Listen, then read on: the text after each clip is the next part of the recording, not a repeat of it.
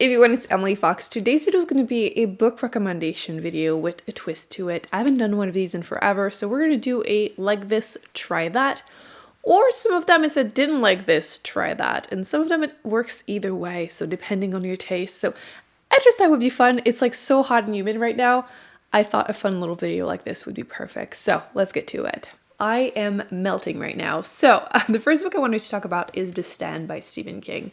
Post-apocalyptic book, incredibly famous. It's like 1,300 pages for the unabridged edition, which is the one that I read.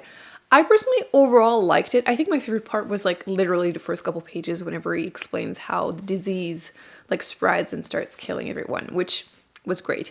What I didn't personally love about it was the ending, which Stephen King, so I should have known. There's also some fantasy elements, which I didn't know when I went into it. So I prefer my post-apocalyptic book not to have any. And there's weird sexual stuff, which again, Stephen King, I should have known. But it takes me out of the story. There's just a few scenes that are just too much. Again, as always with him.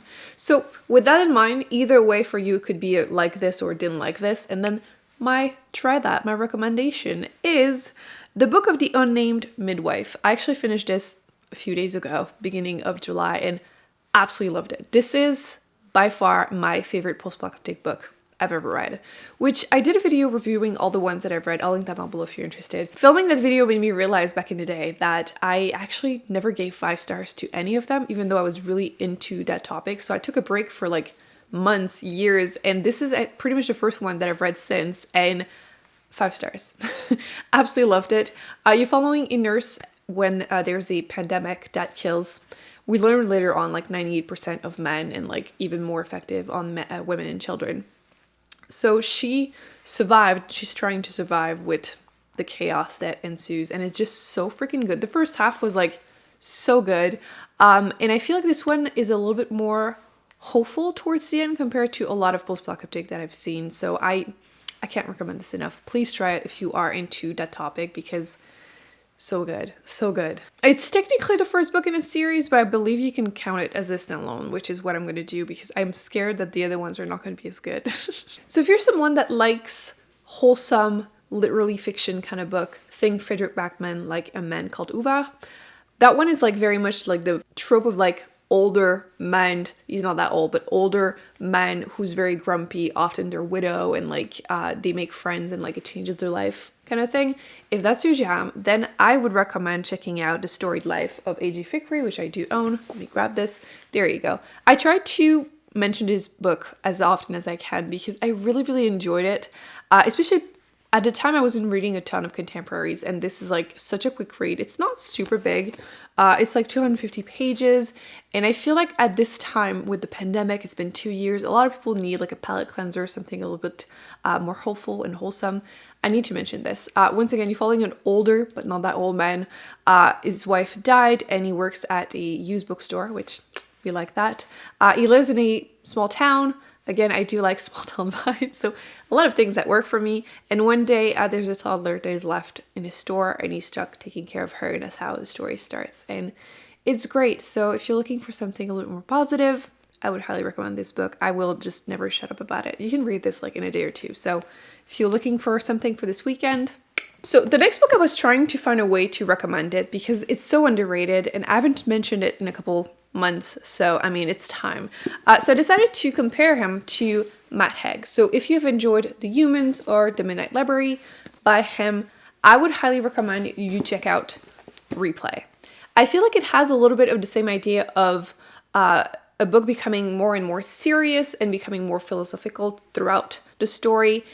In this case, you're following a man who one day dies as he's on the phone, and he wakes up in his 18-year-old body, and he's like reliving his life over and over, which is one of my favorite premises. But I feel like this one is really well done, and I feel like if you've enjoyed Matt Haig in general, his work, I think you should give this one a shot. It's so underrated. I really, really enjoyed it, and I don't want to say anything else because the less you know, the better.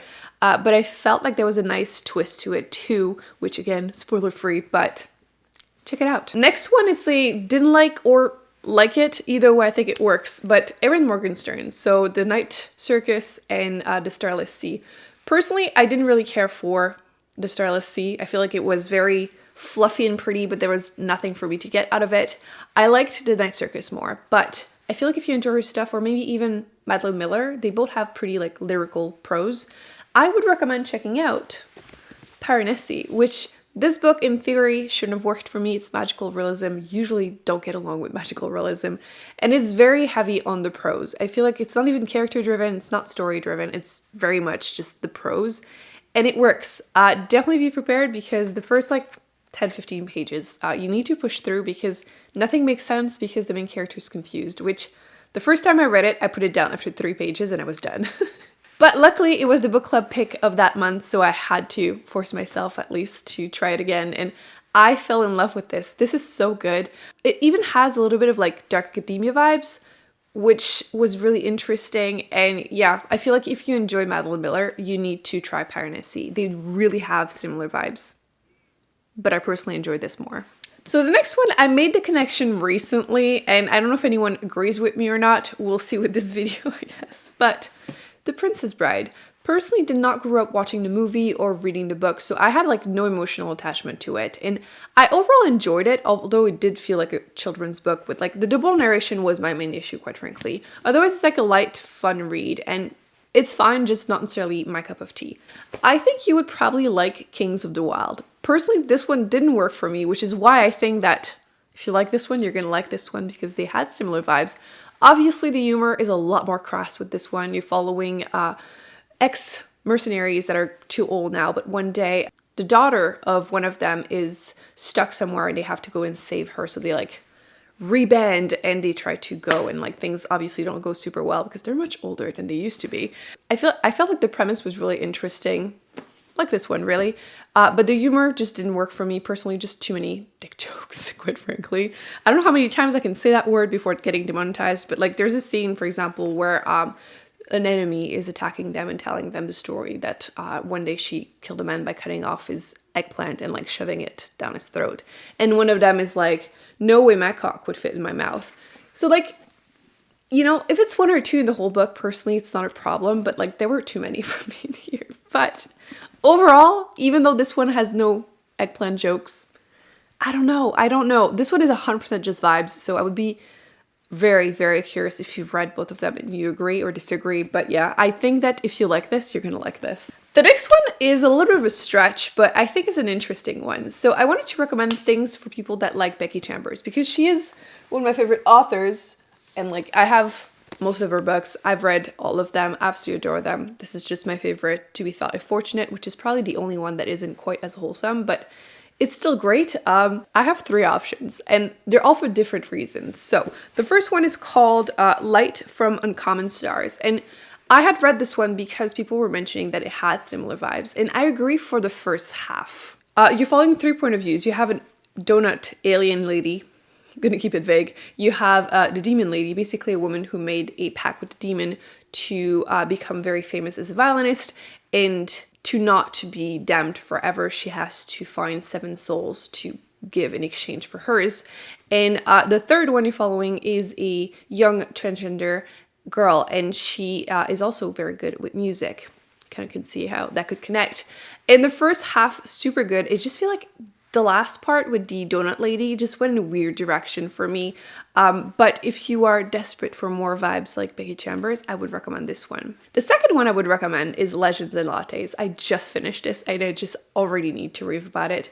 This one is an adult fantasy compared to like sci-fi, but this is cozy fantasy, which I am now dying to find any kind of cozy anything because clearly it's usually not my thing, but it's been really working for me lately. So this one, highly recommend. You're following an orc who used to work as a mercenary, and she's over it. She's tired of fighting, so she opens up a coffee shop, and it's just super wholesome. It's definitely very character driven, and like there's not a ton that happens, but it just feels good, and it's just the perfect like little pick me up if you're not feeling great, or even if you just want something very chill to read. It was great. Honestly, my main complaint is that I wish there was more. Like, it was short towards the end. Like, I needed more. So I'm looking forward to reading anything else by the author, whatever he comes out with. But yeah, it was really cute. So I feel like the wholesome vibes, the coziness, definitely would recommend checking out that one.